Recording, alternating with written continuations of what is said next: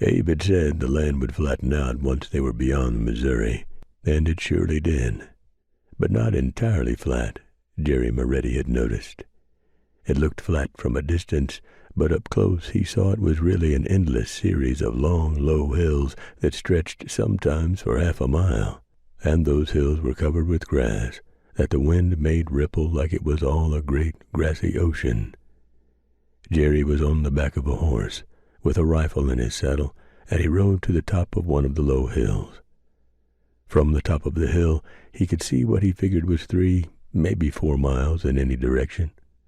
Hard to tell out here. Maybe he would grow accustomed to it. But he and the wagon train had left Missouri not quite 2 weeks ago, and he still found the distance a little deceptive.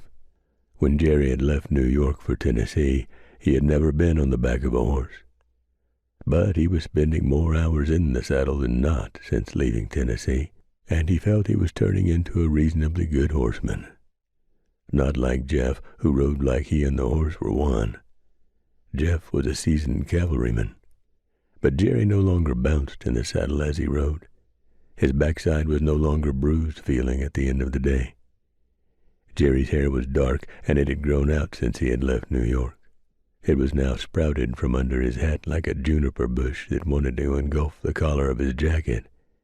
He had worn a cloth cap when he left New York, but a few weeks ago he had replaced it with a wide-brimmed felt hat. He had visited the general store in Missouri, and a farmer had bought a new hat and left his old one to be discarded. Jerry had said to the storekeeper, "How much you want for that old hat?" The man was thin, with suspenders over the shoulders of his white shirt. He shrugged those shoulders. "I was just going to throw it out. Take it." Then so, Jerry had himself a new hat, and he found the size to be about right. It would have been a little big for him, but now that his bushy hair was growing longer, he found that the hat fit well. As he sat in the saddle at the crest of the low hill, he saw what he had been hoping to see. A buck sauntered up the slope of another low hill, maybe a 1/4 mile away. It stopped part way up the slope, and then lowered its head and pushed its nose into the grass. Jerry had learned to track an animal, something he never thought he would need back on the docks of Brooklyn, and he had been following the trail of this buck for an hour.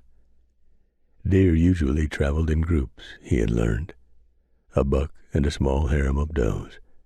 But this buck was alone, at an 8-point rack, and he would feed the boys and Molly and Aunt Dodie nicely tonight. Aunt Dodie's name was Dorothy Monroe, and Jerry and the others had called her Mrs. Monroe. But she said, "I want none of that. Molly calls me Aunt Dodie, and you all should too." A Sharp's rifle was tucked into his saddle boot, and he slid the gun free. When he had left Tennessee, he had a revolver but no rifle. In Missouri, he had visited the local gunsmith in pursuit of a rifle. At first, he had wanted a repeater, and a used Henry stood in the rack.